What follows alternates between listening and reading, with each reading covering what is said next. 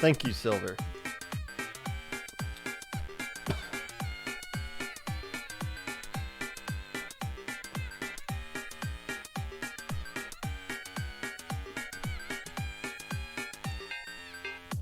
If that's the worst thing you can say about me, I'm doing something right then. Hello, Swampy.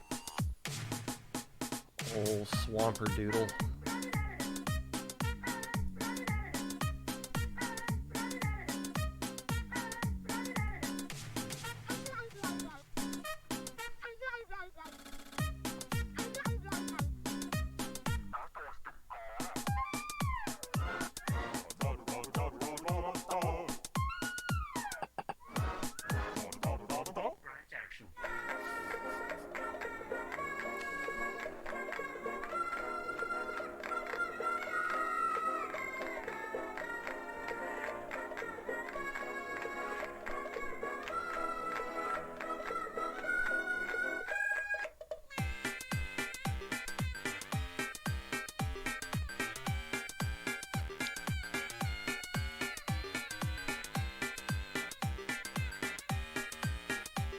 You were one set short of having in Minnow Cup.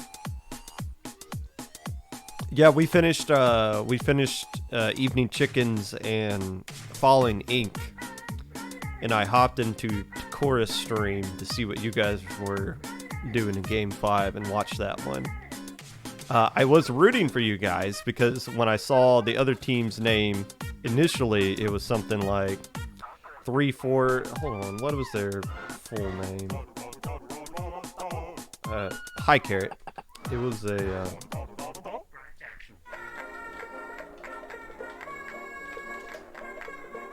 I was rooting for you guys because the team name of the name of the team that beat you guys, their full name was 3/4 Neon plus 11 Jaeger, and I was like, what? Who? What? And whenever there's just a long, stupid name like that, my first thought is like, okay, what am I actually going to call these guys on stream? And then I realized, oh, it's Neon. It's Neon with a sub. Guys, when you have a sub on your team, you don't need to confangle your team name that much. If you want, like, sometimes people who do rankings or seeding or divs will not always catch stuff like this. If you have just one sub, you're still your team. If you have two subs, you're a pickup. But if you just have one sub, just keep your original team name. It's so much easier. So much easier. But I realized they were Neon. I was like, all right, well, I'm rooting for them over Symphony then, because I don't want to say Taku and Saku. I'm gonna get somebody mixed up there. It gonna happen. Carrot, how are you doing today? You're one of the few people in chat I actually like.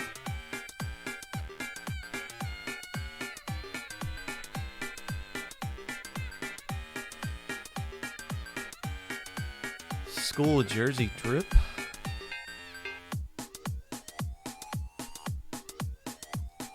What am I missing here?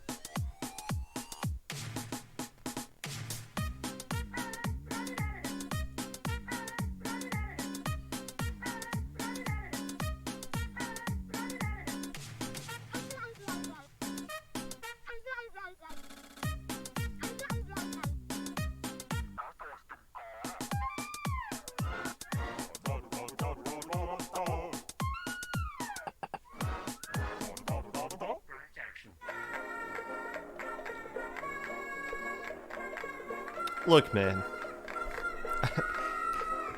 I've said a lot of crazy things while commentating. Things I've been scolded for. I could easily see mixing up Saku and Taku. That's definitely going to happen. Could you change your IGN to like Fred or something? Like one of you, just change your name. Like you can be Fred and Taku can change their name to Janet. You know, Janet and Fred. Like that'd be so simple. That'd be so awesome. But no.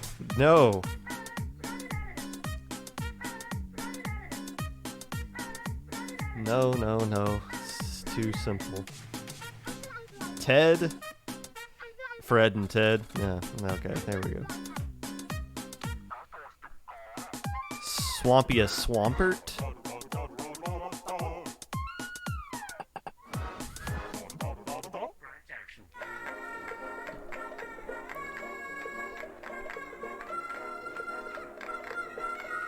Ryle a Million.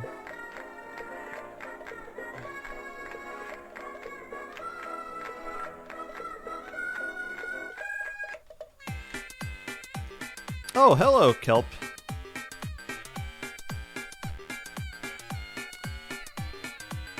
Saw you got kicked off of Pure Divinity. I'm sorry to hear that.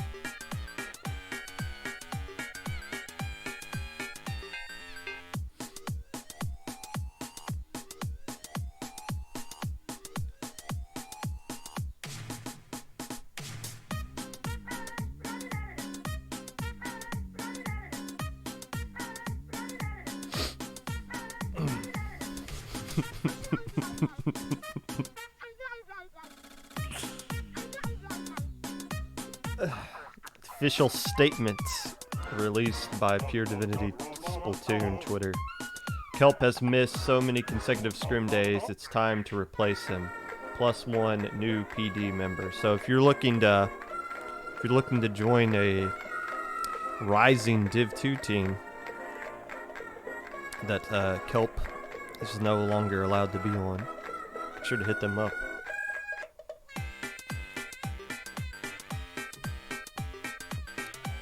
Say something so the Spotify people miss out. They're already missing out. They don't get to see my 3-week-old scruff that you guys get to witness. So that's their punishment already. Hello, Danny boy. Good morning, Janet.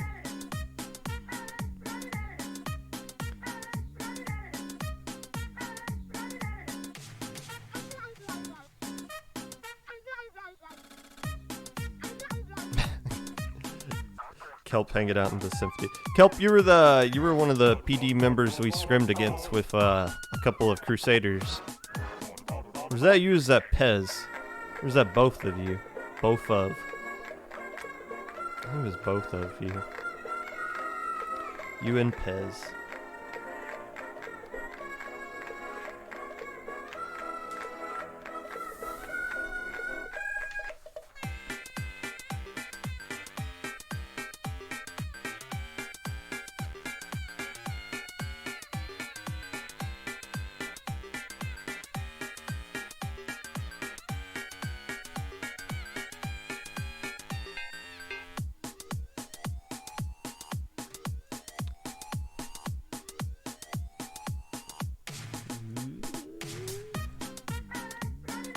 This is the first time I've heard this song.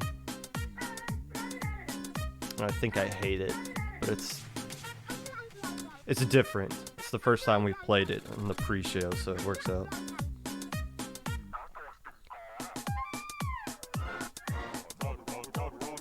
Good morning, Evie.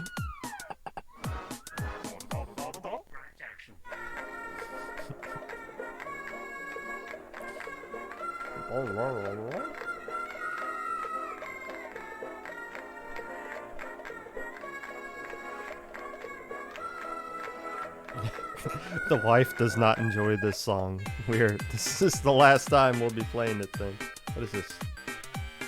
It's called Crush.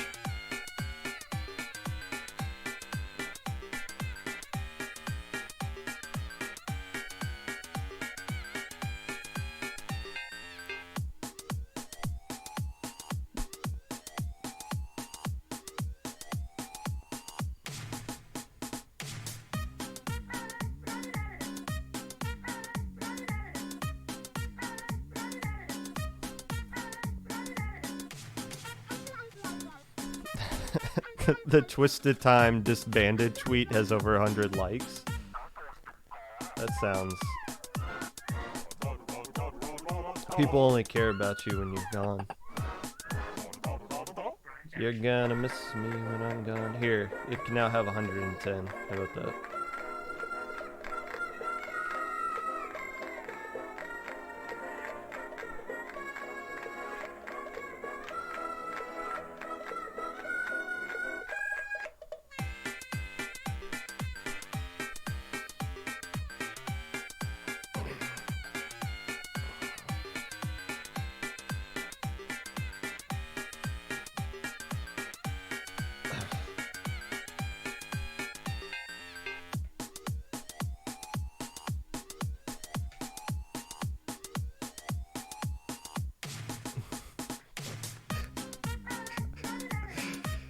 And this is the moment Grace had a breakdown right before the show started.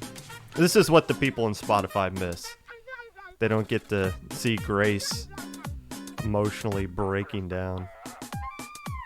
This day couldn't get worse. Twisted Time disbanding has broken so many hearts. That's something else.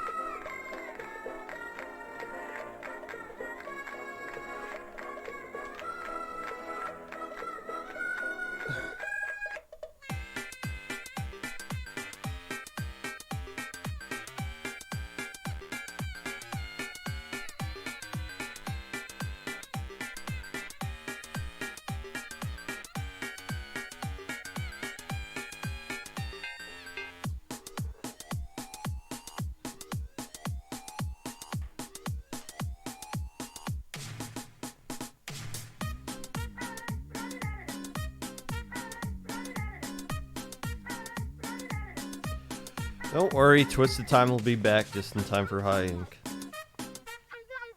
Along with about half of the other teams that are going to play in High Ink that are that have disbanded. If there's going to be a next High Ink, which don't bother JPEG about it, he doesn't find that funny. But if there was going to be another High Ink, it's just going to be a zombie tournament. It's just going to be Destiny troops, the Grillers, and just a bunch of walking corpses. Teams that have been brought back to from the dead.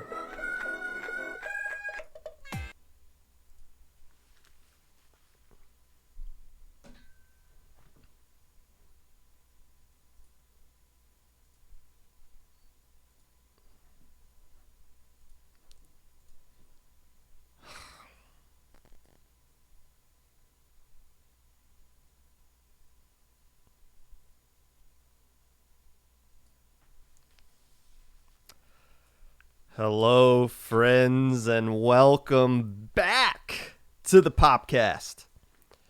Whenever you're listening to this, whether it be live or VOD, Twitch or YouTube, or Spotify, while you're trying to ratio me on Twitter just for existing, trying to learn how to play competitive Clan Blitz, which we learned none of you apparently know how to do, filling plastic bags with gasoline, whatever it is that you're doing right now, I appreciate you taking the time out of your day to listen to this.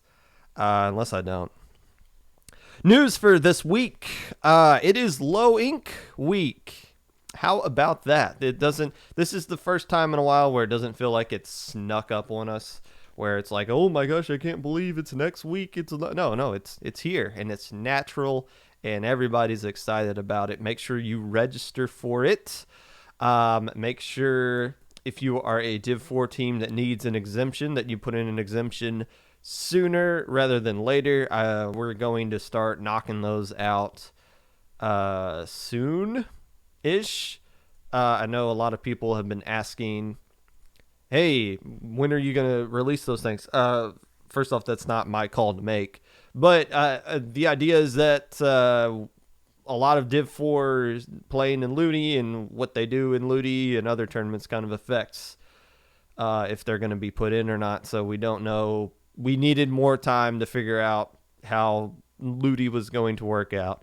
So that information is going to be released soon. I know a lot of people are like, I don't know. I need to know if I'm playing this weekend or if I can schedule my Ludi match for this weekend. So be patient. I understand the frustration of not knowing if you're going to be allowed to play this weekend or not.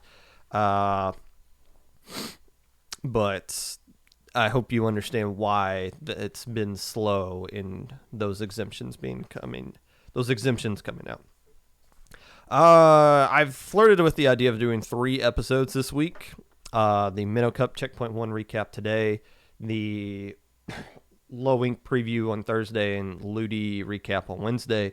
As I looked back over Ludi, I'm starting to realize there's not a whole lot I can talk about for this past week. Some of these groups are just done because so many teams have dropped, or some teams have just completely dominated to where there's not.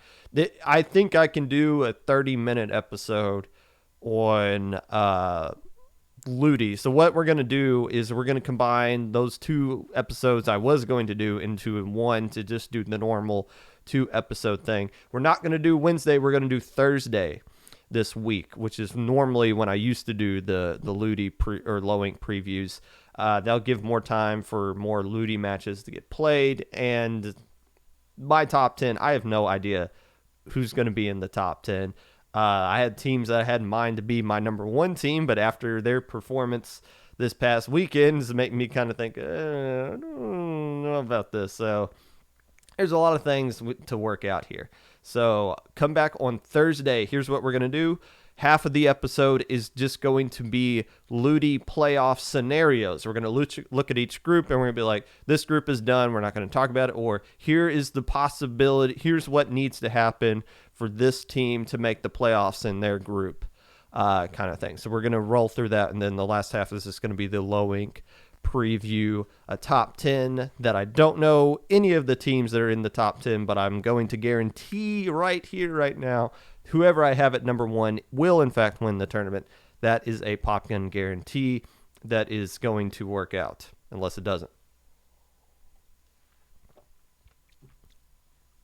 Today, we're going to be recapping Minnow Cup, Clan Blitz Edition, as well as Checkpoint 1, not in that order that I read them out. We're going to do Checkpoint 1 first, and then Minnow Cup, even though I wrote it down backwards. But first,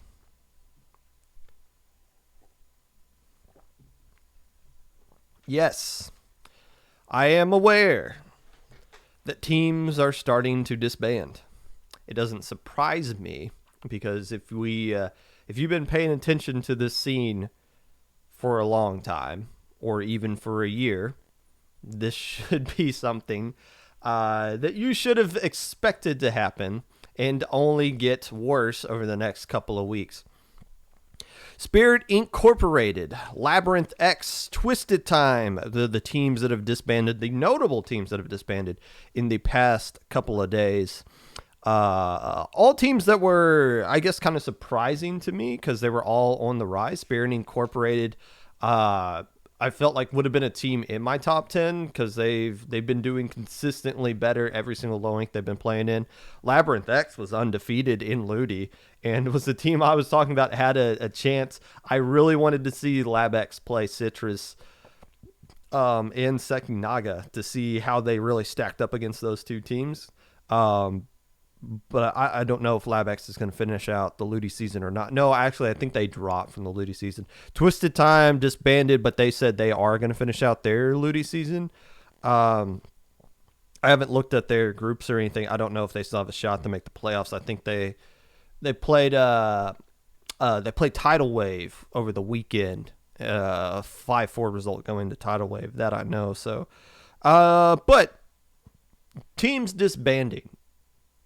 This doesn't surprise me. And like I said, it's more teams are going to disband this week, next week, and the week after. It's disbanding season. It's just how it is. Somebody's going to tweet. Now, somebody's going to notice this when more teams disband, and they're going to tweet, "Oh my God, all these teams are disbanding. What's going on? I don't understand." Come on. You know what's going on. Everybody knows what's going on right now. It's Ludi. We've talked about this. I've said it's not fair to label Ludi as a team killer. But I think teams go through the Ludi season and then realize things about themselves that they don't... That just doesn't allow their team to continue going forward. Ludi is a grind. It's difficult. You realize, I'm not as available as I should be to help get through Ludi, or wow, we're not going to make playoffs and we got this div that we didn't want and we don't even make playoffs. We said we were going to stomp this tournament and we're not, so we're a bad team, so we need to break up and form a new thing. Here's what's going to happen. Now you guys like to poke fun at me when I get my predictions wrong. This prediction, you will agree with me, is 100% going to happen. The free agent market is going to be flooded. And you're going to get a lot of people, then their free agent posts are going to be like, I'm open to forming a new team with other free agents. So what happens is they're going to form a new team with other free agents. And we're going to see a ton of new teams start to pop up. And these new teams are going to have some really dumb names, but they're not going to have ink in it because if they realize that ink cannot be in a team name. They're experienced, so they know they're going to come up with something. It's going to be like a one-word name, and it's going to have something to do with chemistry or something like that, or space, or astrology, or something. Like we're going to have like Saturn's Revenge, or Comet, Meteorite. Has anyone been called Meteorite? I bet you the next team name that pops up is going to be Meteorite. It sounds like we're due for that. This new team's going to do great in the tournament. They're going to make a tweet about it, and they're going to make a new Twitter account and be like, here's our public Discord. Here's our roster. We 2-1 this team in a best-of-3 set that is a notable team, and you know who they are because they don't disband after 2 months, even though we do. And this is going to be a great situation for all of us. They're not going to win a tournament after too long, and then it's going to be like, wow, what are we doing here? We can't win. We can't beat FT Win, so what's the point of this? And they're going to eventually disband, and then Twitlongers are going to come out. This person called me a butthead, and it really hurt my feelings. Rinse and repeat. Free agent posts come out, and it's going to happen over and over and over again. Look, I'm not shaming anyone here. But we've seen this story. Like, literally every single month, we see this same story so many times.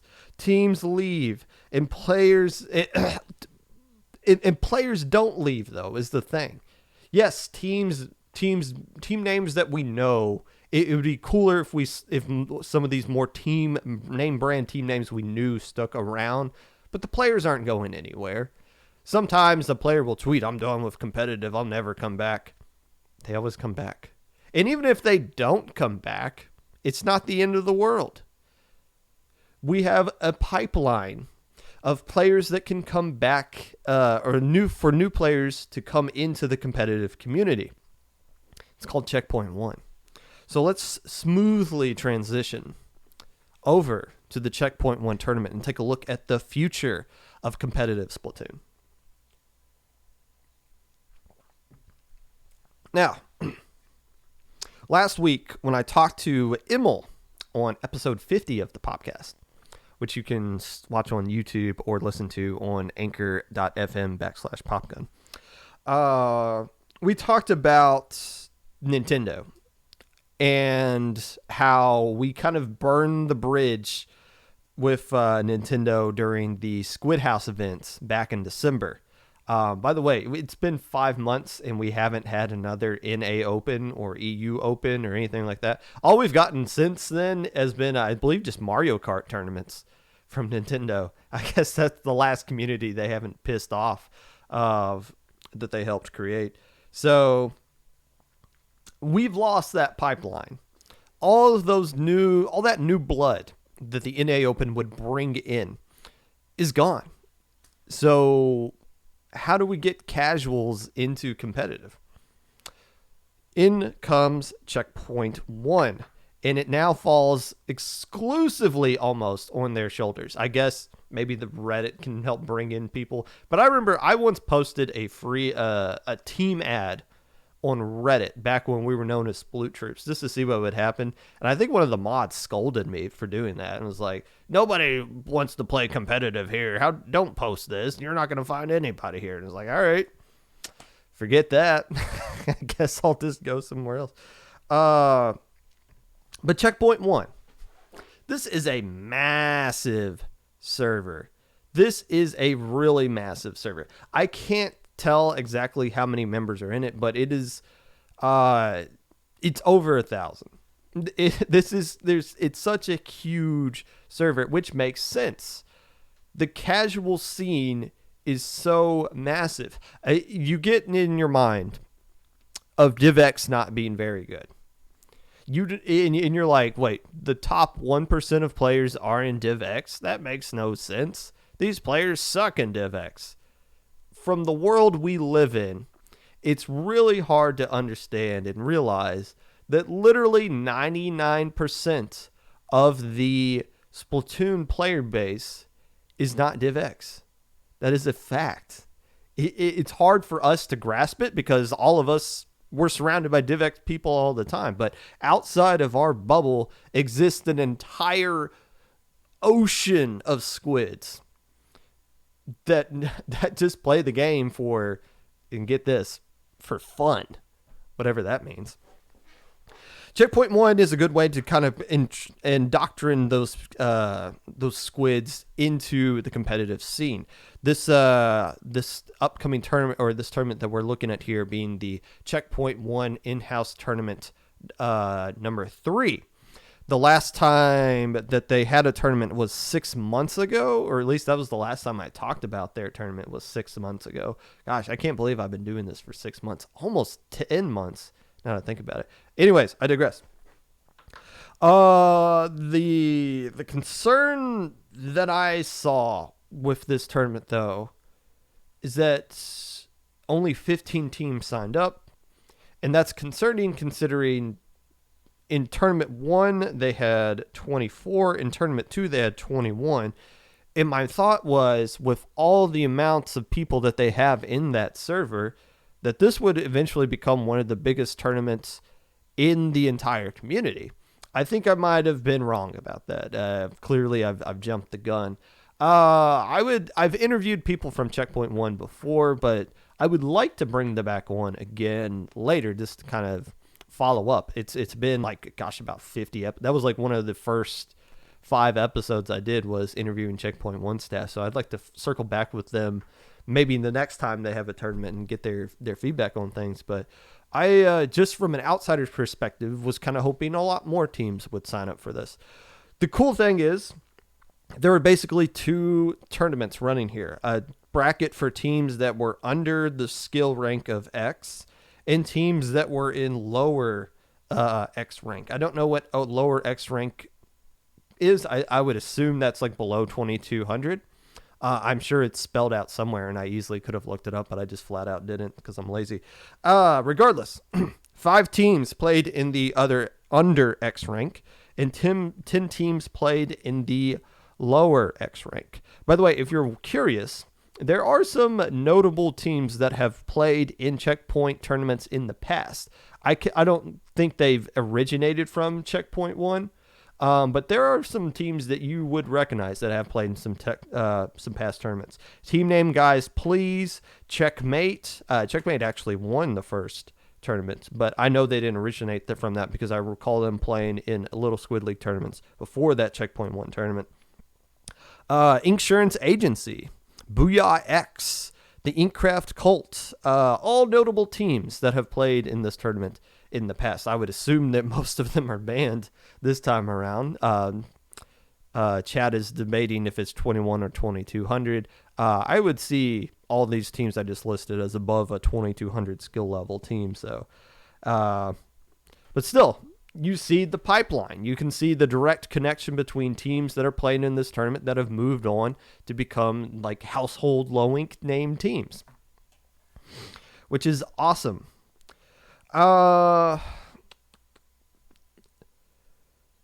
And again, yes, 15 teams for a tournament for this view. I don't think we should look too much into that, or maybe I shouldn't read too much into that. That doesn't mean, oh, the scene's dying or anything like that.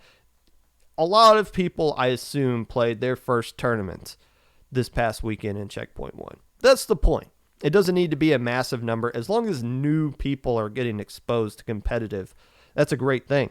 And a lot of people, there were a lot of eyeballs on this tournament. Even if there weren't a ton of people playing in it, doesn't mean a lot of people weren't watching it. IPL streamed this. I don't think this is a tournament we run, but it was definitely a tournament that we streamed. We used our production staff to run it, and that gave it a lot of exposure. 1.5K views. Last time I checked on Twitter for this VOD. That is more than the other two tournaments that were run that week by IPL. I believe SOS and King of the Castle ran. The number of views those two tournaments combined did not surpass the amount of views that one Checkpoint 1 tournament got. That is significant. Whenever I was checking in, I didn't check during grand finals because I was commentating Minnow Cup literally at the same time. But there was consistently about 100 plus people watching that tournament live on IPL. That's a good thing. That's a lot of eyeballs watching a tournament. More than double. Actually, I think more than triple the amount of views that Minnow Cup got, which Minnow Cup had more teams playing in it. So there you go. More teams played in Minnow Cup, but more people watched Checkpoint 1. That is the casual scene. That's the massive base of the casual scene showing up and showing out, representing themselves right there. Obviously, IPL's channel probably had a good chunk to do with the fact that it got more views than something like Minnow Cup did. The fact that it was on a Saturday morning, kind of the prime time slot for watching anything on Twitch, helped out as well. But regardless, 1.5K views for a tournament where the best players were below the skill level of 2200 in X rank is significant and something we should be proud of and excited about as a community. For the both brackets were on stream. For the under X bracket, there were only 5 teams. We're going to read the team names out right now.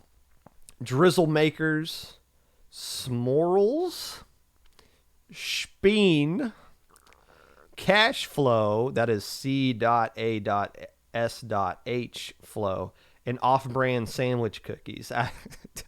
Those would be like the Oreos, like the Walmart brand Oreos that are like the Oreo, like the actual like cookie part of it is just like shaped like a flower, and the middle cream filling is really off tasting. Off-brand sandwich cookies. Yikes, that is gross. But what is this? Smorls? Speen? I am really glad I didn't commentate this any of those sets. My goodness. Drizzle Makers ended up winning this one. They I don't believe there was a top cut. I believe they just played 5 rounds of Swiss and let it be that. Drizzle Makers went undefeated per match and per game, so a perfect 12-0. Smorls and Speen finished 2-2 for second and third place, and then Cash Flow and Off-Brand Sandwich Cookies finished. Everybody got at least one win here, looks like. Off-Brand beat Smorls, the team who finished in second place, and Cash Flow beat Off-Brand Sandwich Cookies. So there you go. Everybody got a win. Everybody got exposed. I don't think every single team made it onto stream, but at least a couple of the matches I saw on the VOD were these teams that were on stream. So that's awesome that a bunch of S plus on down. I saw some B rank players that were holding their own against some of these other players. With about 100 people watching live. That is awesome. I guess it is worth noting that this was a mix of free agents and actual teams that signed up for this tournament. I'm assuming just by the names of some of these things that Speen is not an actual team, but is instead a pickup team formed of free agents. Speen, Speen. Anyways, the top cut, or the not top cut, but the low X bracket was a little bit more interesting. 10 teams signed up for it, and let's read off these team names. See if any of these are better than Speen. We have Pom Poms, Ain't No Booyah Back Girl. That team played in the first Checkpoint 1 tournament. I remember because I commentated that tournament. And I think I didn't like that team name. I probably don't like it now. Dory in the house. Is this one offensive? Asians the musical? Don't cancel me. I'm just reading words out loud. Devil's Anchor, Perfect Storm. It's not called Attic. What map are you talking about? There is a call out called Attic in some of these places. Main stage has an attic. Maybe it doesn't look like an actual attic that you would have in your house, but I don't know what they're referencing. It's not called Attic because there are some call outs called Attic. Inkblot? What is that? What, Snipe that they're talking about? I mean, if you were in Inkblot and you said Attic, even if that's not the official call out, I would know what you're talking about. Eons, all in capital letters. Fly by Night. Hey, that's an actual team name. That is an actual team. I believe they are a Div. What is Fly by Night? They Div 6? Yes, Fly by Night is Div 6. I said Devil's Anchor. Devil's Anchor is an actual team as well. They are a Div 7 team. And they made it all the way to second place in this tournament. And reticent, reticent,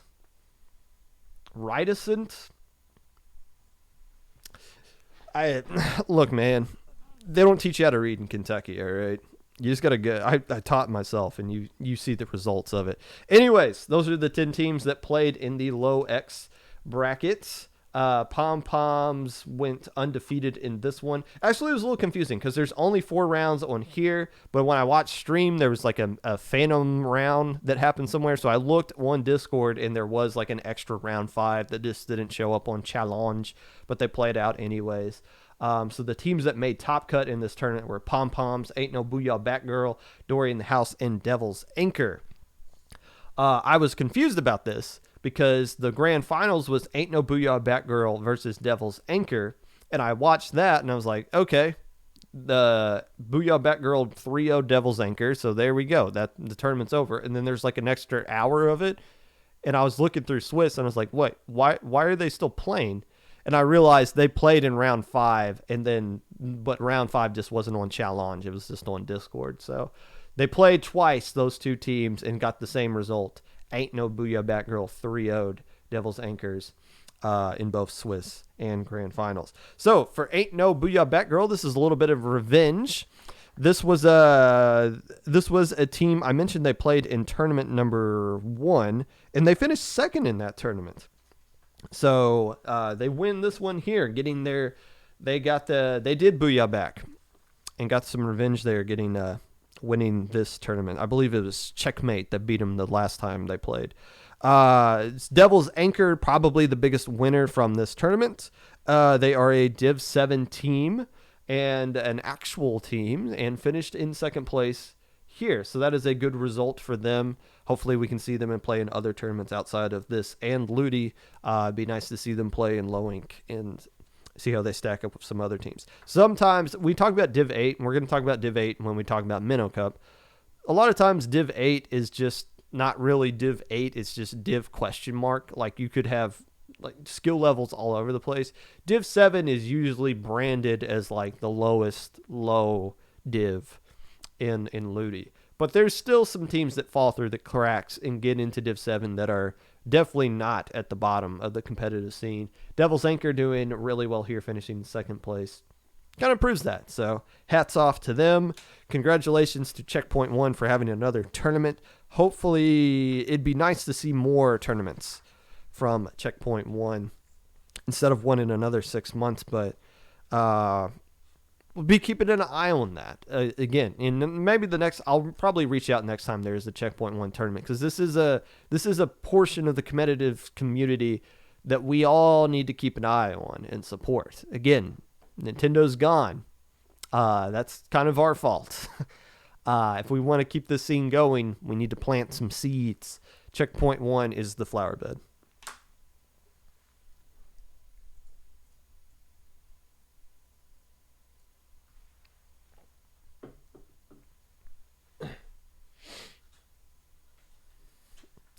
In a relationship, you have the one who can read and the pop gun. Who's the pop gun of your relationship? Maybe the wife and I will release a book title. That sounds like a title of a couple therapy book that my wife and I could come up with. It's important to establish which one of you can read and which one of you is the pop gun.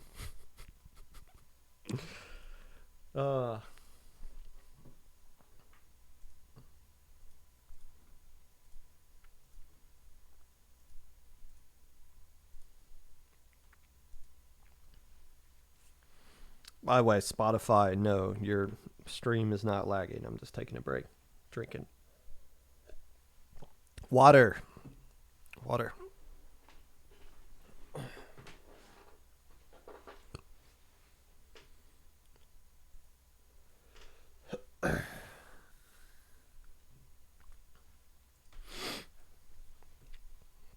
Minnow Cup. Clam Blitz Edition. Let me tell you what we were supposed to see this tournament.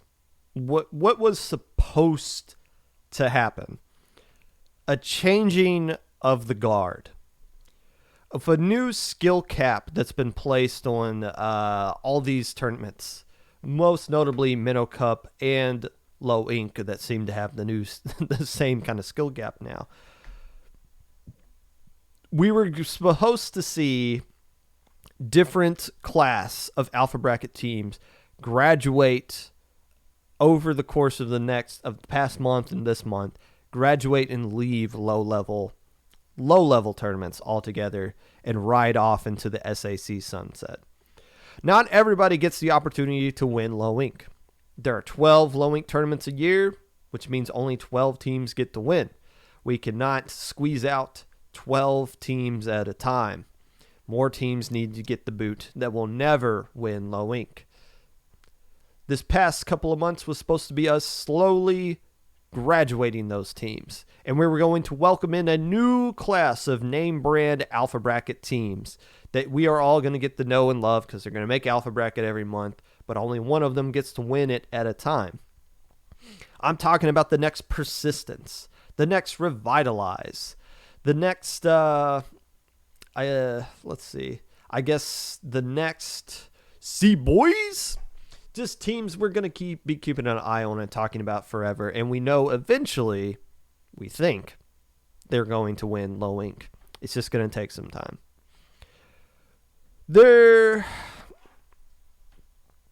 We were supposed to have this transition happen.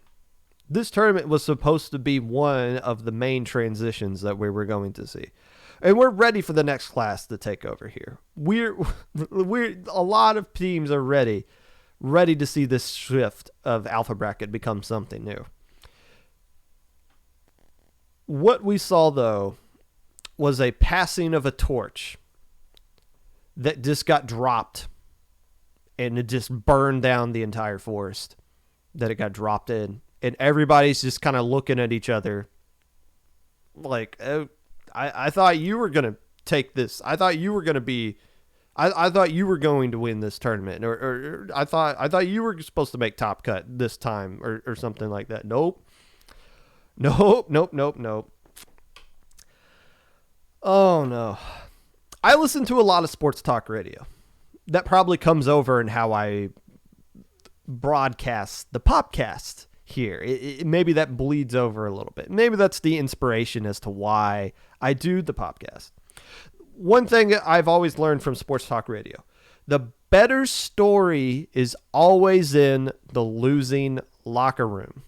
What does that mean? If you're covering the Super Bowl, the team that wins the Super Bowl, that's awesome. You go, you care about that. What you really want to know is, how does the losing team feel about losing it? You want to ask them questions. You want to see how angry they are and frustrated they are.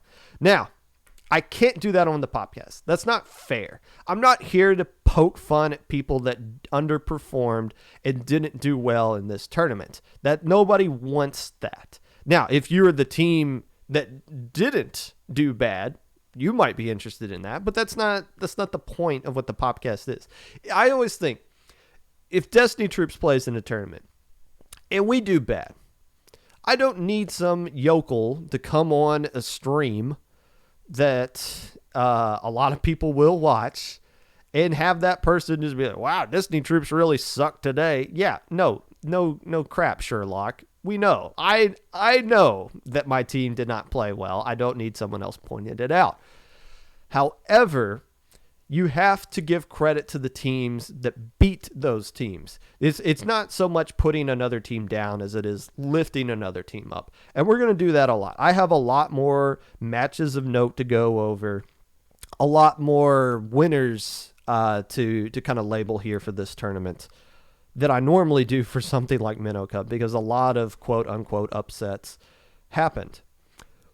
But it is worth noting, several alpha bracket teams, consistent alpha bracket teams I'm going to still put in my top 10 to win low ink, didn't even come close to making top cut. I'm talking about if it was a top 16 top cut, they still wouldn't make it. I was confused because there were two groups, and top cut for Minnow Cup has always been 16 teams. But I guess due to the lower signups, they moved it down to just a top 8 top cut. Even if it was a top 16, a lot of these notable teams still would not have made top cut. Like, that is insane. And I'm going to explain how this happened. But I do want to point out the teams that did make top cut. Shiver Me Inklings made it in. A Div 6 team. A Div 8 team and Fallen Inc. made it in. 2 pickup teams made it into Top Cut. This is Clan Blitz. This is supposed to be the showcase of the fact that you have synergy with your team. If you're a pickup team, you're not supposed to have synergy. You're supposed to be losing to name brand teams that actually do have synergy. Nope, that wasn't the case.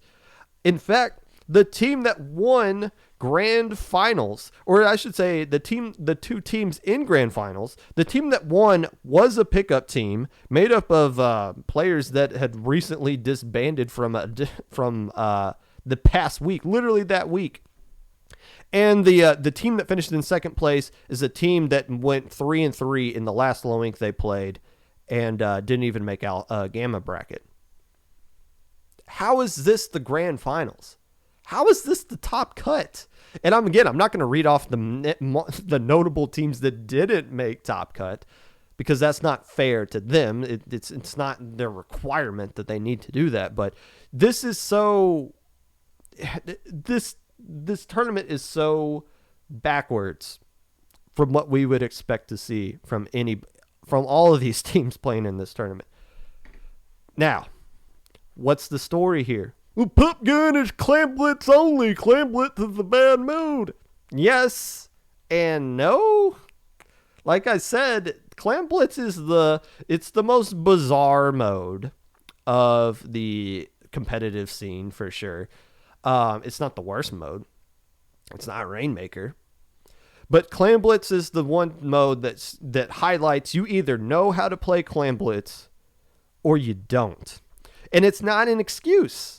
It's not. Both teams are playing Clan Blitz. It's not like, oh, well, we just suck at Clan Blitz. What, you think the other team doesn't? You think the other team, these other pickup teams have more synergy than you do? That makes no sense. But here is what we learned. Teams do not know how to play Clan Blitz. That was made so evident to anybody who watched Top Cut or Grand Finals. It was just a total mess. Let's look at Grand Finals. Actually, no, let's look at semifinals and Grand Finals. Innocence, I believe, was the team that we're going to be focusing on here. And if you listen to my commentary for semifinals and grand finals, it might have come across that I was a little frustrated at what I was seeing. That's because I was. It was a very frustrating couple of sets to get through. Here are the KAs of the teams that played against Innocence in semifinals and grand finals. We're looking at 10 games here. All of these games went to overtime, and none of them were KOs. Here were the highest KAs that the player on the opposite team of Innocence that top fragged. Here's the number of kills that player got: 7, 6, 11. Hey, there we go. 10. That's decent. 8, 7, 9, 10, 6, 7. What in the world? 10 games were played with Innocence involved, and the most kills anybody got against them was 11. 7 and 6 popped up 5 times. And keep in mind, those past 4 that I read out were all losses. Weepinbell, these are wins Weepinbell got. They got wins with their best player getting 9 kills, 10 kills, 6 kills, and 7 kills in a 5-minute game in overtime. 5-minute and change overtime. Oh my goodness. Now, the common denominator of all this is Innocence. At first, I thought it was just Neon and Innocence refusing to play the game in that last set. But then that trend bled over into grand finals. It was like, what in the world is going on here? Innocence's play style was so beautifully frustrating that it was somewhat refreshing to see. I don't know how to describe it other than they just flat out refused to play the game and made it to grand finals anyways. And they played against Citrus. I'll talk about that later. And I watched the Citrus set because I know it was streamed. It's the same kind of situation. Since just flat out did not play this game and made it to grand finals. It's the equivalent of it's not like they were intentionally stalling or anything like that. It's not like Smash Brothers where they're just guarding the ledge and waiting for the clock to run out. But they just never left their base and gave an opportunity for the opposing team to kill them. And on the flip side, the opposing team didn't know how to respond to that. As North Americans, we are so used to somebody feeding into us, just letting us kill them, that when they don't just let us kill them, we don't really know what to do. That's kind of what happened here. So Innocence we've seen a turtle play style before. If you recall the old Valhalla team, back when they played Blue Ring Kraken, I believe it was the November low ink of last year, they were known for their turtle style of gameplay. But the difference between Innocence and Valhalla is that Valhalla would be very aggressive in the first minute or so. They would build up a huge lead and then just kind of put up a shield for 4 minutes and just absorb all the punches.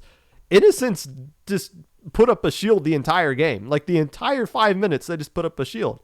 And with that play style, got into grand finals. I'm genuinely curious to see Innocence play in a match that's not Clan Blitz related. I want to see if they have a different philosophy in how they play something other than Clan Blitz. But again, this is a 3-3 team that did not make Gamma Bracket the last time they played. And now Clan Blitz only going this far, beating several notable teams along the way, is significant. My point is this, though.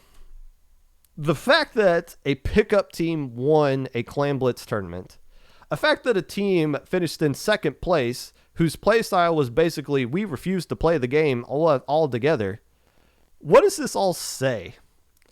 Low level is a wild west right now. It's lawless. There's no order. It's pure chaos. Divs mean nothing. What team you're on means nothing. Having actual experience with your teammates means nothing right now, and nothing makes sense. Anyone can win any match at this point. And most importantly, nobody is scared of anyone.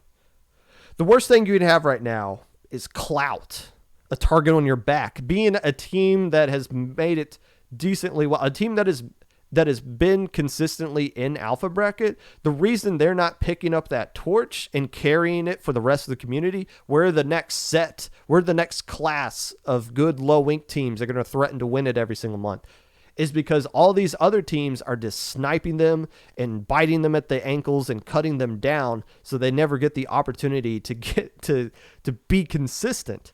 There are so many hunters right now, and they're not afraid.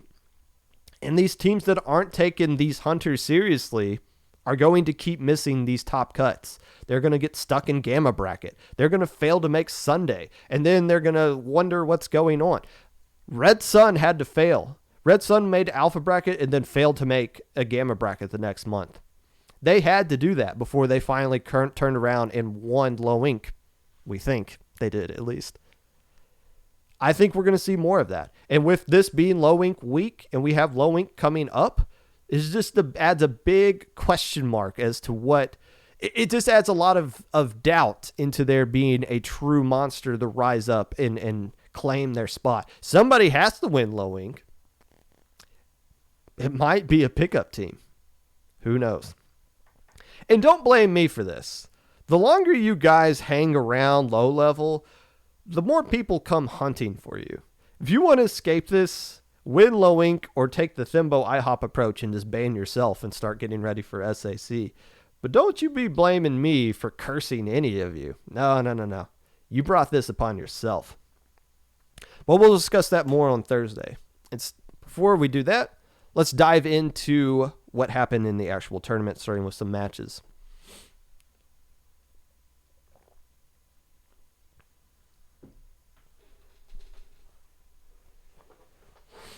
Matches of note. Again, we got a lot of them. This is almost like I'm covering a low ink here. First off, the Wiggly Phantoms got a 2-1 win over the Insurance Agency. I love me some Wiggly Phantoms, but Insurance Agency is a notable team as well. Probably the best team that has the word ink in it, that has emerged from all of these other teams that have that word ink in it, that kind of makes them hard to differentiate from other teams. These could be the future of Alpha Bracket, especially if all these Div 4 teams finally get the boot going forward. So I wanted to point out this match because this isn't going to be the last time these two teams play against each other. Fallen Inc. got a 3-0 win over Resilience. And this was the first eyebrow raiser of the day. Fallen Inc. being a Div 8 team is obviously utter nonsense. They are not a true Div 8 team, and beating a Div 4 Alpha Bracket monster in Resilience 3-0, Clamblets only pop gun. Who cares? That is still significant. Very significant. And the first shocking sweep of the day. Of course, the other shocker, Innocence 2-1 over Citrus. I went back and watched this on stream. And again, this looks like a good loss now that we've seen Innocence and made it all the way to second place. Got silver medal here in this tournament. I want to point out one game because this was streamed from Citrus's side. Game 2 was Anchovy Games, which is it's a hard Clamblitz match to score. It went into overtime with nobody scoring. It was still 0-0 going into overtime. How that works in Clamblitz, you can tie in Clamblitz technically. If nobody scores for 3 minutes of overtime, the game just ends and it gives the win to the Alpha Bracket team. This happened to me in solo queue once. It was Arowana Mall. And nobody scored for 8 minutes. The game just stopped and my team won 1-0 and I got like 26 points off of it. But I believe in like pure ties, the win just automatically goes to the Alpha Bracket team. How that would work in a tournament, I don't know. I would assume it would just be a redo, but this one came close. And here's how that game ended. Citrus jumps One player, I believe it was Joe, was flanking towards the basket without anyone realizing. Citrus jumped in and threw power clams, and the power clams actually connected with the basket, and they still lost because Innocence did the exact same play and just did it like a few frames faster. That's how close the difference between this set being 2-1 in favor of Citrus and the set being 2-1 in favor of Innocence. So that was a really close match between those two teams, but I watched that match, went back and watched the VOD of that, and my jaw dropped at how that game 2 ended. Ink Luminatis got a 3-0 win over Neon. Interestingly enough, even though they got the sweep over Neon, Ink Luminatis still finished in 5th place in their group, while Neon finished in 4th place in their group and actually finished 4th place overall in this tournament. But still a nice sweep of a team that did really well. Ink Luminatis, a team I probably don't talk about a lunch because they have the word ink in it, and I get them confused with every other team that has the word ink in it. But when you do something notable like that, you help stand out. Octogenarians? Who? Well, they got a 2-1 win over Geek Squid, so we're going to have to figure out who these guys actually are. I have no clue who they are. I looked at their rosters. This may be some... Now, there's usually some Div 8 team that I always talk about, but I never really memorize. This could be a team that plays in Ludi that I've talked about every single week on the Popcast that I never really fully mention. Someone in chat, Grace, says it's Otakos. Is it a pickup or actually Otakos? I don't know. But if it is, then that might explain why they beat the Geek Squids. They are Otakos. Because I've seen the Otakos do a few pickup teams in this tournament. But weren't they like Wombles or something like that? So, anyways, Octogenarians 2-1 over Geek Squids. Obviously a good upset there. Forge Prefect got a 2-1 win over the Bamboo Dragons. Prefect being a Div 7 team, about middle of the pack in their group, and Bamboo Dragons being a Div 6 team, about middle of the pack in their group. So this is a good win for Forge Prefect here that I wanted to point out. Duwak got a 2-1 win over Falling Ink. This is a new team with little to no experience. I did look these guys up on Battlefy. Little to no experience. For a lot of these players, this was their first time playing in a tournament, at least as far as Battlefy is concerned. And they took down a top cut team in Fallen Ink. A team that took the Evening Chickens all the way to a game 5. That was on stream. A really good set. So, Duwak, we'll be keeping an eye on you guys. Even though you didn't make top cut here, you looked like you did pretty well. Ratatouille Riot 2-1 over Mahi Mahi Monsoon. I thought this was just Riot, like the actual team known as Riot, but as I looked at the rosters, like, oh, okay, no, it's not. This is it was a pickup team. It appears to be one of the many pickup teams that played in this tournament and did pretty well. So nice work, Ratatouille Riot, beating Mahi Mahi 2-1. Symphony, the Fighting Takusakus, beat the Evening Chickens 2-1. I'm pointing this out because I feel like this isn't the first time I've mentioned a Symphony and Evening Chicken matchup. I feel like these two teams have a deep history with each other. They've both been around for a long time, so it wouldn't surprise me if they have they've played several 5, 6, 7 times in tournaments outside of that. So, well, I mean, I don't know who's going to be allowed to play in the upcoming Long Week, but who knows? This could be a potential Alpha Brackets Grand Finals contender here. Radioactive 2-1 over This Way! Exclamation point. When you guys put an exclamation point in your name, I'm assuming you want emphasis on your team name. So, This Way!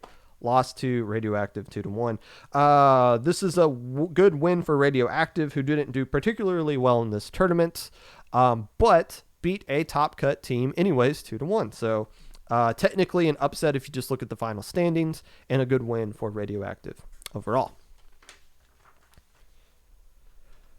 The winners. My winners from Swiss Stage.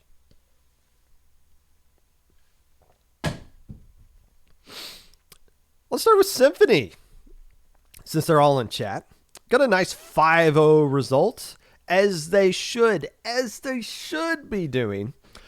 Key wins over Ratatouille Riot, Evening Chickens, the Wiggly Phantoms, and the Deep Fried Octolings.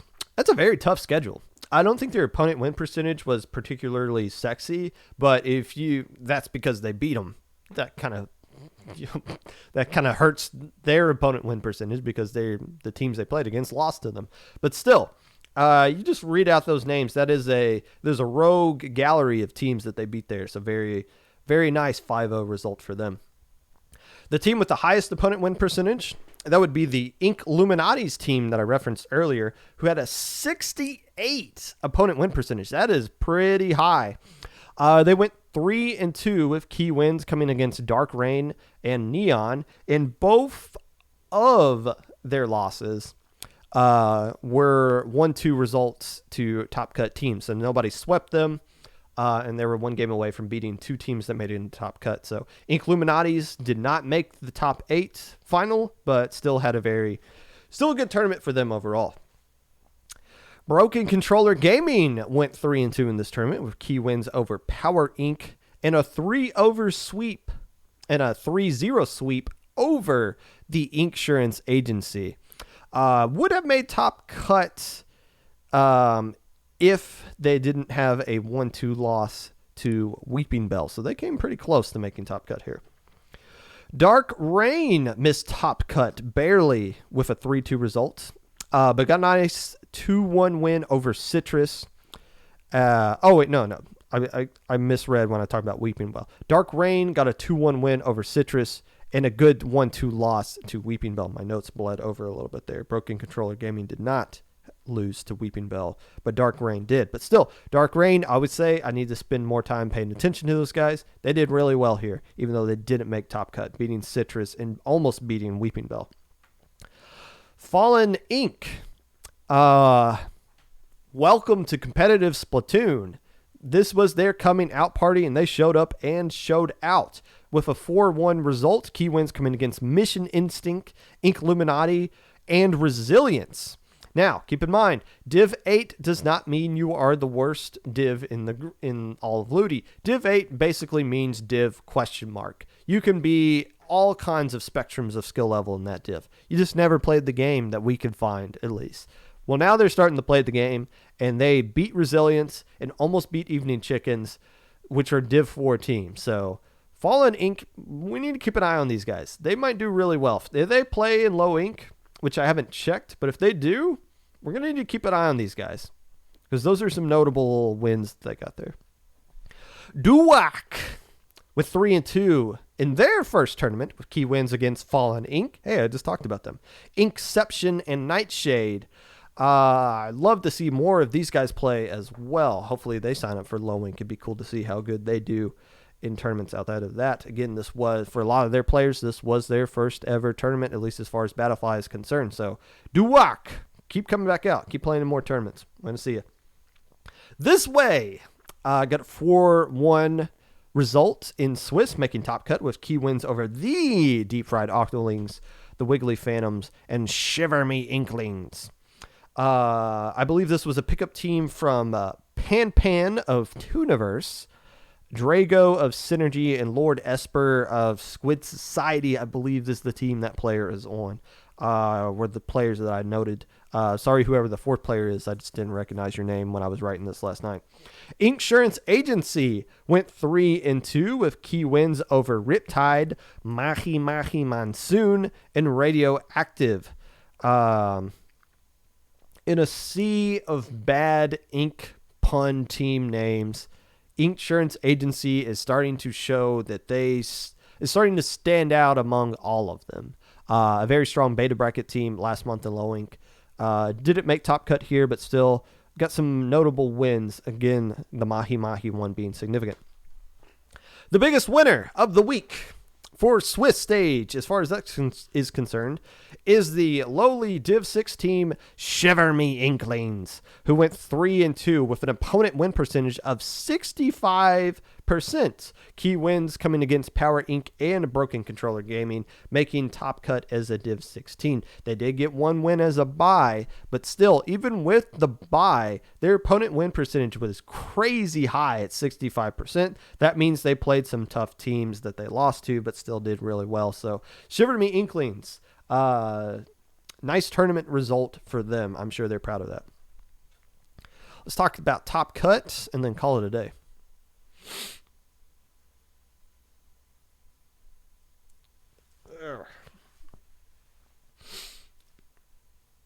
We're not going to talk about every match in Top Cut. We already talked pretty significantly about Innocence, their run through this tournament. One match I do want to point out, though, is the Evening Chickens versus Fallen Inc. This was the first match that was on stream for Top Cut, and it went 3-2 into the favor of Fallen Inc. We talked about, I said on stream, it was pretty obvious that Evening Chickens were the more experienced team, and they were flexing that in the first two games. They won the first two games. Then Fallen Inc. woke up and flipped the switch and won the next two, almost the cause of reverse sweep, until the Evening Chickens finally closed them out in Game 5. But still, again, Fallen Inc., Div 8 means nothing, and it was good to see. It was good to see them on stream. It was good for them to get some exposure for us to see them play live. And they, like I said it on stream as well, they grew up over the course of that set. It's like they learned how to play Clan Blitz going up against the Evening Chickens, and that's a great thing. This is so I'm excited to see them play more. I feel like I've already said that several times, but still, that result is why I'm excited about Fallen Inc. Because Evening Chickens is a really strong team, and they almost got them. Neon had a tough road through Top Cut here. They did beat Symphony in round 1, but it took them to a Game 5 to do that. They fell to Innocence in Game 5 as well. So they played 10 games in the first 2 rounds of Top Cut here and survived Symphony, but couldn't get past Innocence. I did peek into the final game of Symphony versus Neon because we were waiting on that one to finish up. And I was trying to do a little bit of scouting because I knew I was going to commentate whoever the winner was. So I was like, I need to get a little bit of information on Neon because I didn't know anything about them going into that. But they, so a good result to beat Symphony. And after they lost to Innocence, I think they just dipped out of the tournament, which is why the Chickens beat them 4-0. Which is fine. We've seen teams to say, nah, I don't want to play the third place match before. It's not, it'd be nice to play. It's beneficial for everyone involved, but I don't know. I don't have any negative thing to say about that in particular. Regardless, other than that, Shiver Me Inklings took a game off of Weeping Bell. This way took a game off of Innocence. And that gets us to the grand finals, which we talked about, which was just so frustrating to watch. But still, once again, Weeping Bell's revenge got the win. And what does this mean for both teams going forward? For Innocence, I need to see these guys play.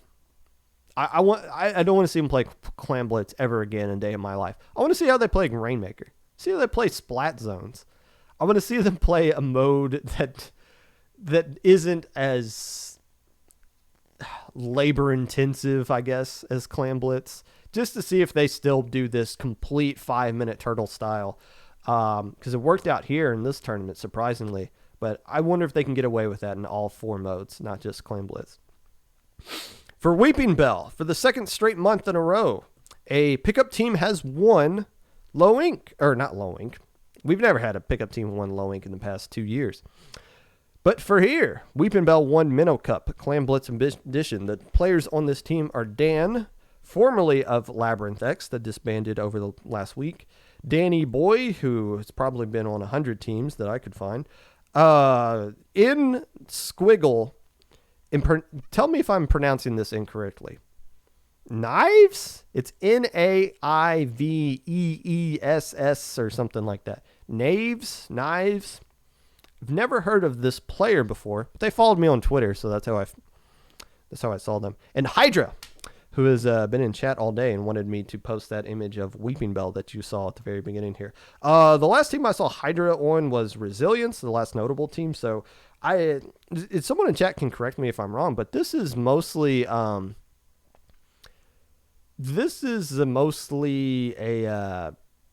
bunch of free agents, I would assume. Are we going to see this team in low ink? It'd be nice to see. It'd be nice to see them play on stream against a team that doesn't play the play style that Innocence does. I don't think it is fair for Weeping Bell to show off to go up against a team like that in the only game that they were put out on stream. I'll say this though: after Swiss, Dan the man of Labyrinth X went into a chat that me and him share and wanted to know if I was proud, I guess, that they made Top Cut. And I said no, because they don't hand out trophies for Swiss. And apparently they took that chip on their shoulder and ran with it and won the whole doggone tournament. Okay, fine. Congratulations. Yeah, I am proud of you. I've never been more proud of anyone in my life now that you flat out won the tournament. That made it onto the Come On Kiver Twitter, which is hilarious. There was one image floating around of me giving the middle finger to somebody. That didn't happen. That image was faked. I did give a middle finger to Haya on our team. That's where that image came from. But I did not give a middle finger to any of these players on Weeping Bell's Revenge. Whoever made that image, that's not cool. That is not cool at all. Don't do that again. But for Weeping Bell's Revenge, regardless, nice win. Is this a project? Maybe we'll see more of that going forward. Who knows? Also, the reason why they're called Weeping Bell's Revenge, as a Hydra tweeted at me on Twitter, is because their name was Weeping Bell in SOS, and I guess the SOS staff made fun of them, so they went out and got their revenge about this. And here they go. They got their revenge. They won this tournament. Congratulations. Are you guys happy now? Jeez. They pinged me twice on Discord and 3 times on Twitter. I'm glad that anytime something significant happens, I need to be pinged about it like I don't already pay attention to Minnow Cup. But hey, congratulations anyways, you little chicken tenders. Go do it again this upcoming weekend. And that's going to do it for this episode of the Popcast. If you'd like to be on future episodes of the Popcast in any way, you want to call me out for being bald, you want to yell at me because I am not impressed when you do really well in Swiss but don't win the tournament, reach out to me on the socials below. Popgun at Twitter at Mr_Popgun, Discord at Popgun #5882, Discord, YouTube at 25Popgun, Twitch at Popgun25, Spotify at anchor.fm/Popgun.